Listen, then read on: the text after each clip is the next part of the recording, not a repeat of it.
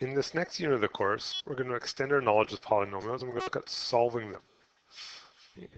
It takes some things that we've learned previously and we're going to play with it a little bit and add some new knowledge to this. And we're going to start with an example. Determine the zeros. That's what we did last unit. We're pretty good with that. We could graph things pretty quickly.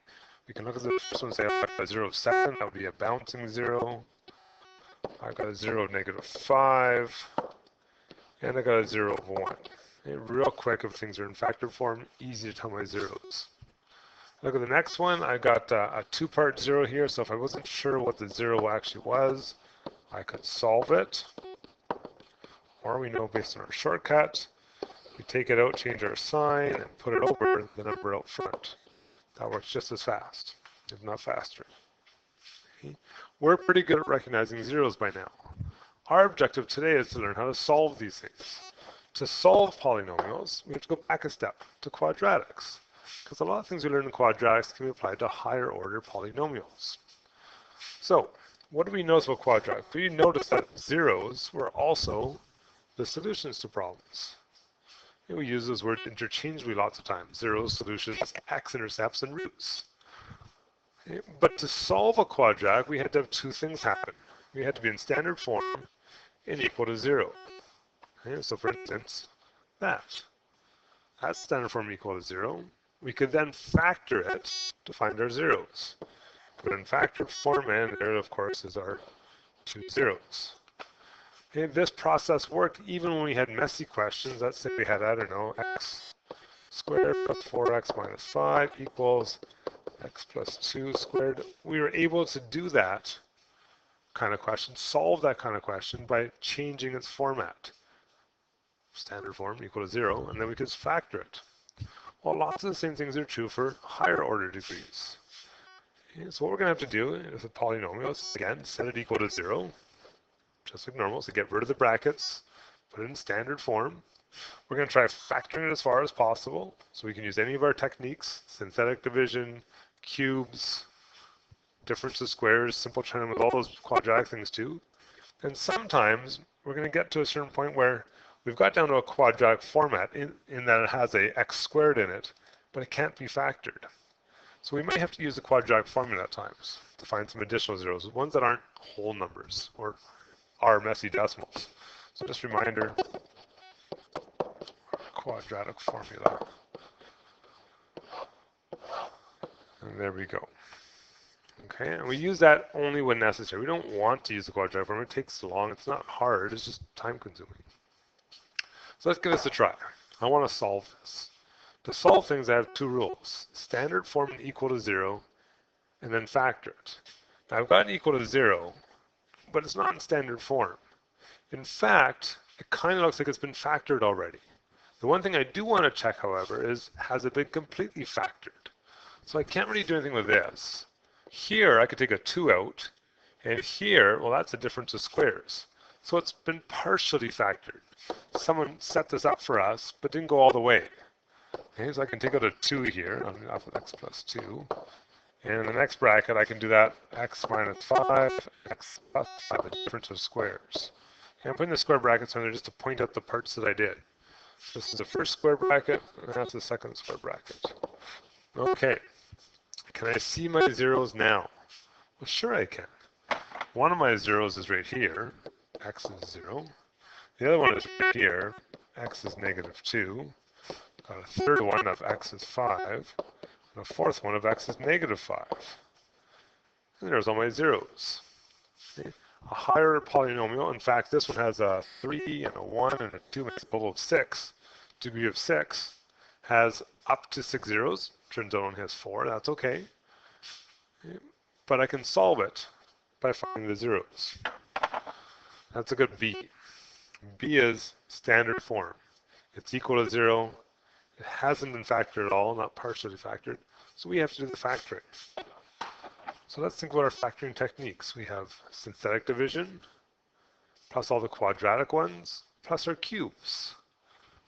If I look at this expression, I notice that they all have an x in them. So the first thing I want to do is take out that x to make it simpler. Common factoring is a valuable skill. We always try and do that first to make hard things look easier. I take out that common factor, I'm left with a quadratic. It's a man question. multiply -2, add to -1. Numbers are -2 and 1. I factored it. I can solve it. I've got -1 as a 0, 2 as a 0, and 0 as a 0. So my cubic function has 3 zeros, which is allowed to have up to 3. Good way of checking if you're on the right track. And we're done. We're going to try some more. Let's look at C here. C is again a cubic function, so kind of up to 3 zeros. Can't common factor, can't divide it all by 2, so I have to use a higher order factoring technique. Either a difference of cubes, sum of cubes, or synthetic division. And obviously, because I have 4 terms, I'm going to have to use my synthetic division. I don't have any cubes going on here. So let's figure out the factors of the 6, right? 1 and 6, 2 and 3. Which one of these will work? Well, if I try f at 1, what do I get? I can get 2 plus 3 minus 11 plus 6. That's 0. That's good. There's my value for doing synthetic division. I got a 1. Coefficients. We know it should come out to 0. Let's make sure it does. Add, and it does. Okay, so we have x minus 1 times 2x squared plus 5x minus 6 equals 0. We've reduced it pretty well so far. I've got a quadratic left inside the bracket. I want to try and reduce this to see if there's more zeros. That looks to me like a complex trinomial. In a complex trinomial, we got to multiply 2 and 6 to make our mad numbers. Are there any numbers that do that? 6 and 2, no. 3 and 4, no. 1 and 12, no. That can't be factored, but can it be solved? Well, let's try it. Use our quadratic formula. So negative b plus or minus b squared minus 4 times a times c. Okay, we're only using the bracket part because I've already solved the first part. We know what that 0 is. We're just trying to figure out the other zeros. And do the math where we can. Figure out our discriminant. Discriminant comes out to, I got 73. It's positive, so there are zeros. We just got to figure what they are. Okay, calculator time. I get 0.886. And if we try the other one, I get negative 3.39, 386 actually. And of course, we have this one up here, x is 1. So we have 3 zeros, 1 nice 1, and 2 decimal ones, which I can get using the quadratic formula. I just want to point out, we can only use this quadratic formula. This thing here is a quadratic. If it's a cubic, or a quintic, or a quartic, and you can't factor it by hand, then we can't solve it by hand. We would need to use some sort of technology. We'll learn about that down the road. Okay, let's try D. Okay, pause the video. You give it a try. See if you can solve this cubic function. I'm hoping the first thing you did before you did anything else was make it equal 0. Otherwise, it can't be solved the way it is. Next thing, we got to start looking for factors. What can I make out of 20? A 1 and 20, a 2 and a 10, a 3, a 4, and a 5. I'm going to try one of those, see which one works. 1 definitely won't. 2, 16 minus 4 minus, oh, that won't work. 4 might. Let's try 4. F at 4. 2 times 64 is 128 minus 16 minus 164. Ooh, that's not going to work. Okay, F at 4 doesn't work. Get rid of that one. We'll try F at 5 this time. I'm working my way up, right? I don't want to try the big numbers, so I've done the small numbers. F at 5. Okay.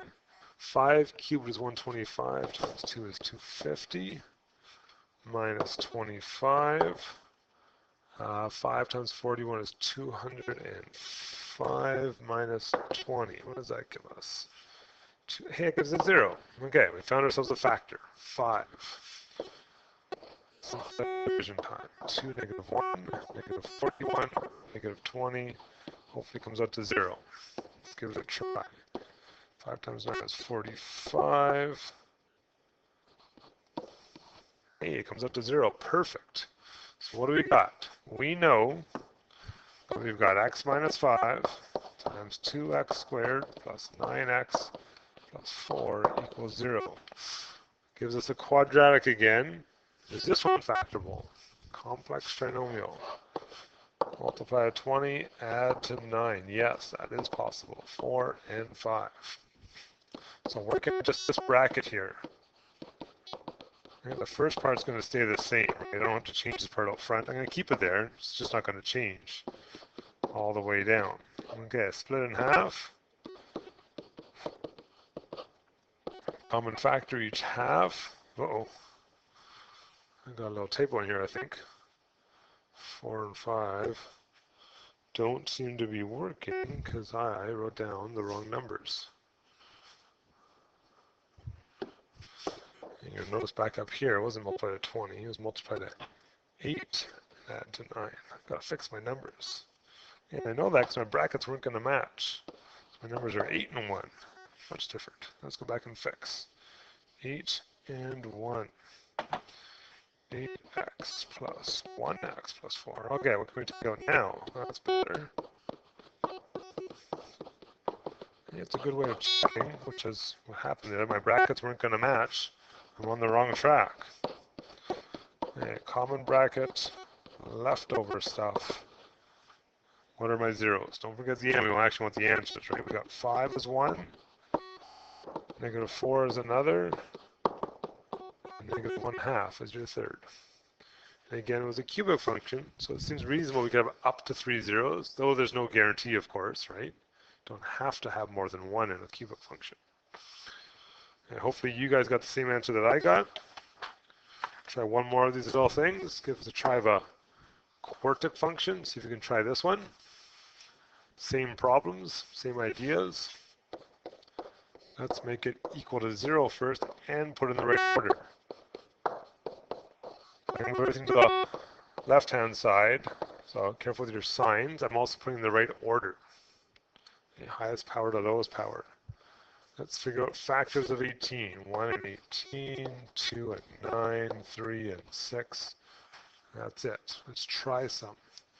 F at 1. Will F at 1 work? Let's see. We'll get 1 minus 5 minus 17 plus 3 plus 18. That's going to give us, what, 22 minus 22 is 0. Perfect. Okay, so 1 is a factor. Coefficients. Okay, let's see if we do our math property this time.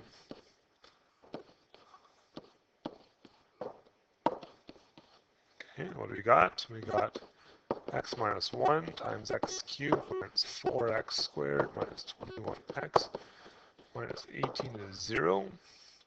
Not done. I've got a cubic function now. I've got to see if that can be factored. So we're back to 18 again. We said 1 and 18, 2 and 9, 3 and 6. Now it can't be 1 again because you already used the number 1. Right? But it could be negative 1. That's a possibility. You're welcome to try that one. I don't think negative 1 works. I'm going to try 2 this time. F of 2. Okay, we're only trying it inside the bracket piece, right? Just that part.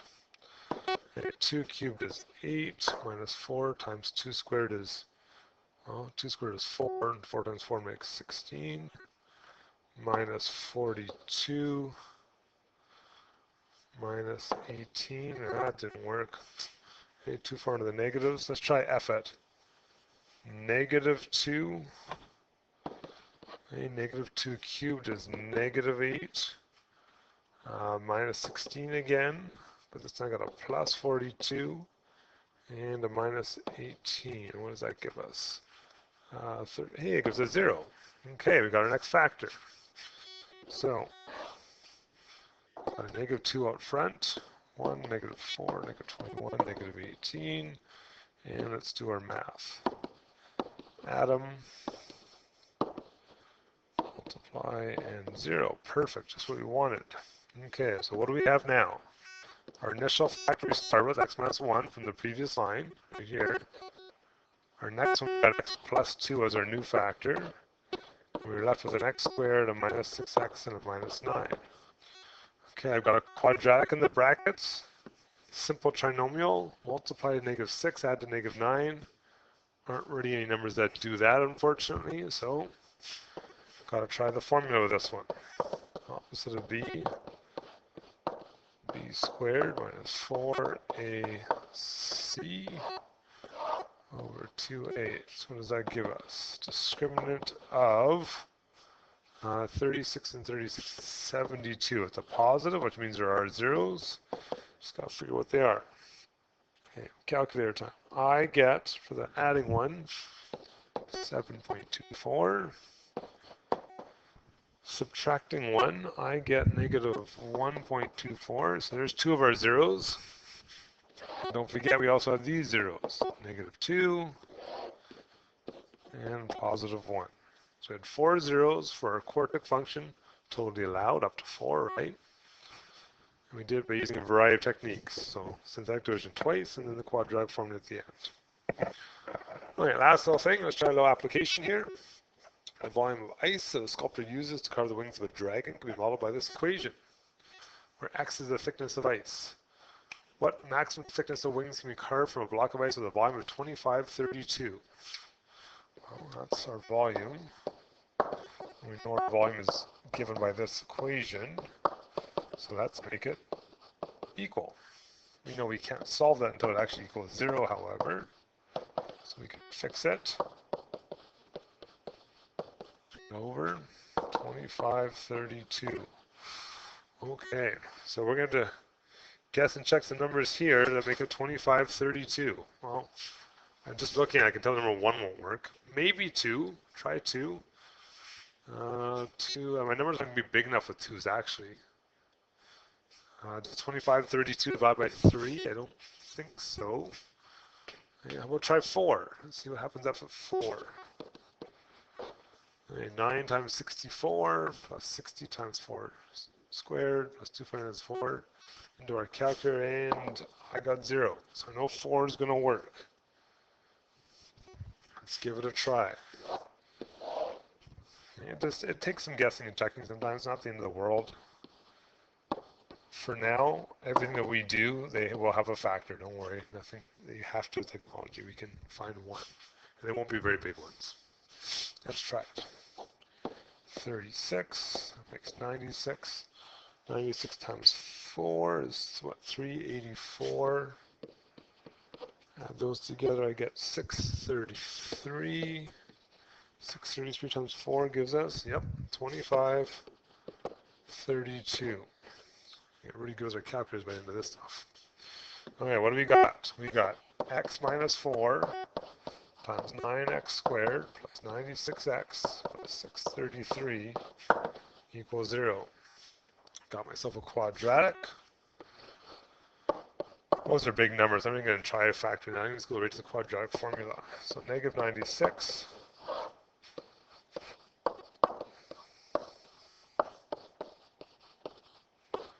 I'm looking at the discriminant there, and I noticed that I've only got one negative sign. That could be kind of handy. 96 squared minus 4 times 9 times 633 comes out to negative 13,572. The fact that it's negative tells me this can't be solved. That's my discriminant, right? My discriminant tells me how many zeros I have. Negative discriminant means no zeros, which in our case means no solutions. I don't have to worry about that part of the bracket, that part of the equation. I have to worry about this. So x has to be 4. What does that refer to in this question again? X is the thickness of the ice. So how big can the wings be? The wings have a maximum thickness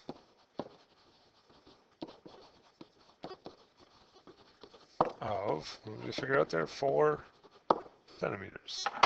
And we're done. And the simple application of how we can actually use a polynomial to solve something of a higher order. Okay, homework today. Give these a try. They're all kind of the same once you get the hang of it. We have to make it equal to 0, standard form, factor it, using our old techniques plus our new techniques of synthetic division and cubes. If you're stuck with things, come see me, we'll figure them out.